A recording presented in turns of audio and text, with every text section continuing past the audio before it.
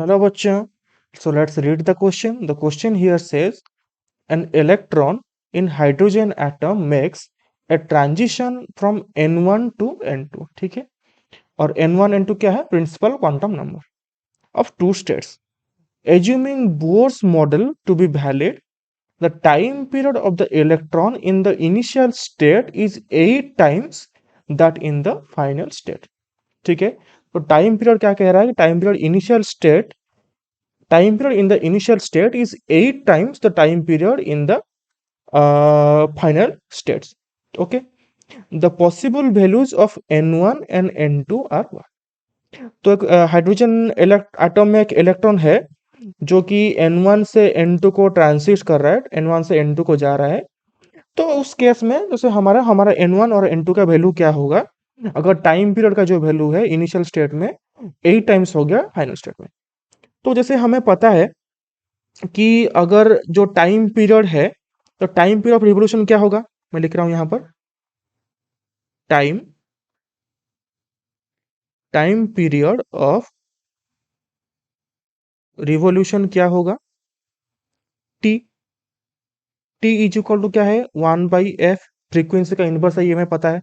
और इसको हम कैसे लिखेंगे? इसको हम लिखेंगे 4 epsilon naught square n q h by m e to the power 4। ये हो गया हमारा एफ का फॉर्मूला। तो यहाँ पर हम देख सकते हैं कि जो टाइम पीरियड है वो प्रोपोर्शनल टू है किसके साथ? एन क्यू के साथ प्रोपोर्शनल है। ये हमारा जो मेन फॉर्मूला है, ये हमारा बेसिक कॉन्सेप्ट की कॉन्सेप्ट ये हमारा यूज होगा।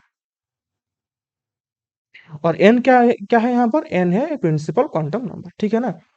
तो जैसे हम कह रहे हैं कि जो लेट से टाइम पीरियड T1 था और टाइम पीरियड T2 था, ये था इनिशियल और ये हो गया हमारा फाइनल। तो क्वेश्चन में ये कह रहा है कि जो initial state, time period in initial state is equal to 8 times the time period in final state. ये हो गया T1 equal to 8 times T2, ठीक है। और हमें क्या निकालना है? पॉसिबल वैल्यूज ऑफ n1 और n2 निकालना है। तो हमें पता चला कि T proportional to n cube है। तो अगर हम इसको थोड़ा और एक्सपांड करते हैं तो हम क्या लिख सकते हैं? हम लिख सकते हैं कि जो T1 होगा प्रोपोर्शनल टू n1 क्यू होगा, और जो T2 होगा प्रोपोर्शनल टू n2 क्यू होगा। और T1 बाई T2 का रेशियो कितना है? वह होना चाहिए 8, ठीक है ना। तो अगर हम इसको सॉल्व करेंगे तो n1 बाई n2 का होल क्यूब का कितना होगा? T1 की जगह हम लिख दिए n1 क्यूब और T2 जगह लिख दिए हम n2 क्यूब, ये हो गया 8। तो that implies n1 by n2 का वैल्यू कितना होना चाहिए?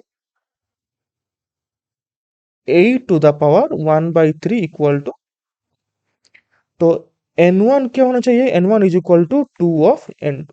ये हो जाएगा हमारा कंडीशन, और n1 और n2 के बीच में। तो अगर हम ऑप्शंस चेक करते हैं n1 और n2 के बीच में से, तो ऐसा कौन सा ऑप्शन है जिसमें n1 is equal to 2 of n2 हो रहा है? ये एक ऐसा ऑप्शन मेरे को दिख रहा है जहां पर n1 is equal to 2 times n2 हो रहा है। तो ये हो जाएगा हमारा फाइनल आंसर। ये क्वेश्चन कर्नाटका नीट का 2013 का बेसिक क्वेश्चन है, जिसमें n1 is equal to 2n2 का फॉर्मूला लगेगा। और उसमें की कॉन्सेप्ट क्या है? t is proportional to n cube और t1 is equal to 8 times t2। ये दोनों कॉन्सेप्ट हमारे यहाँ पर यूज होंगे। I hope you understood it well. All the best, thank you.